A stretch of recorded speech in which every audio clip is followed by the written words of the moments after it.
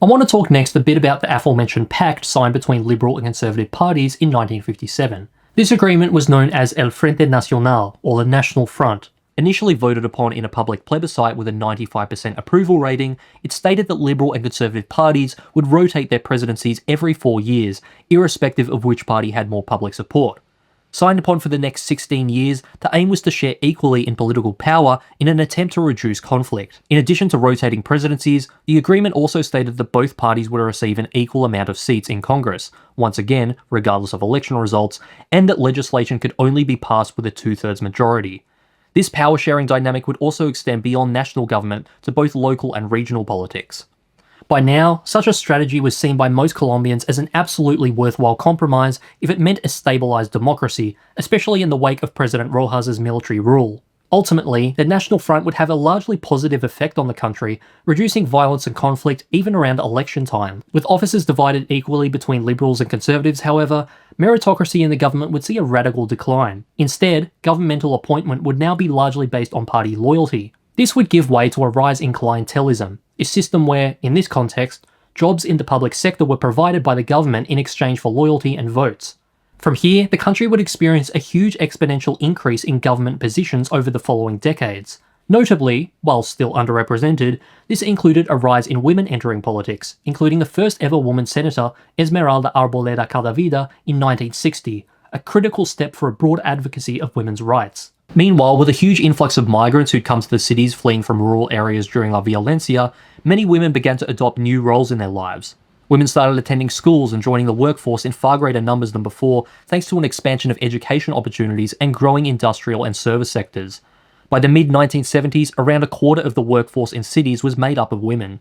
Legal reforms during the Front period also began to challenge gender inequalities, for instance improving women's economic rights in marriages, equal authority over young children, and their ability to inherit property. With many of these developments a result of increasing urbanisation, however, women in rural areas remain comparatively constrained by a lack of mobility and opportunities. One huge development for women, families, and the population in general was the expansion of the birth control pill during the late 60s. This development was in large part led by a broader effort from US policymakers and global development institutions to encourage population control.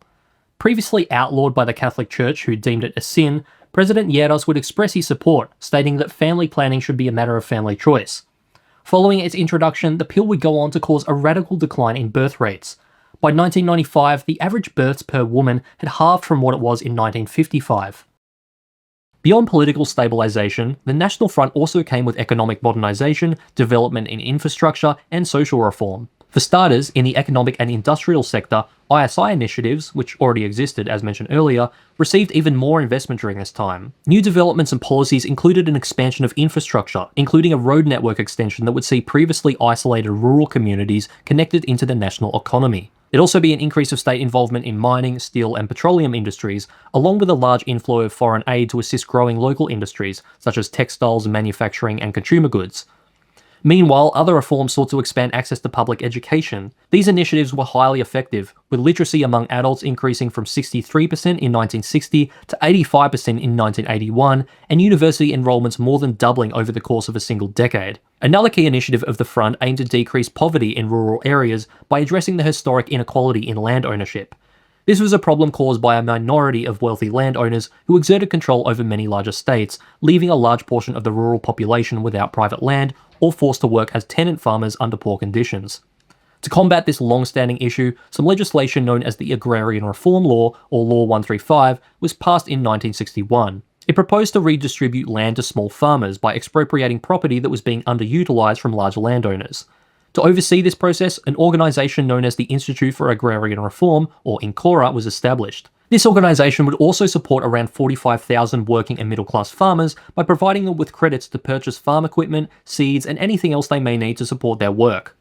Overall, however, the implementation of Law 135 was often slow, weak, and ineffective due to pushback from large landowners. At best, it stimulated agricultural productivity for large companies, but actual land expropriation and distribution to smaller farmers was rare and generally seen as a last resort option. INCORA, meanwhile, despite laying the foundations for agrarian reform efforts in the future, was too limited in resources to be fully effective. For this, and many other reasons, the National Front certainly wasn't a perfect regime.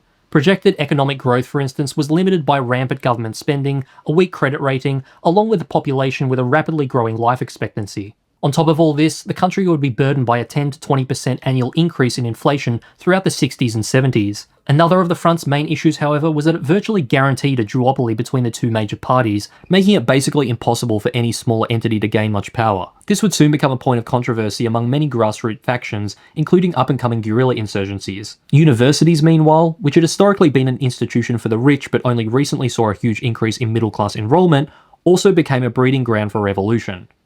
Marxist teachings caught on among many students who were disillusioned with economic inequalities and the top-down structure of the National Front, which limited smaller voices.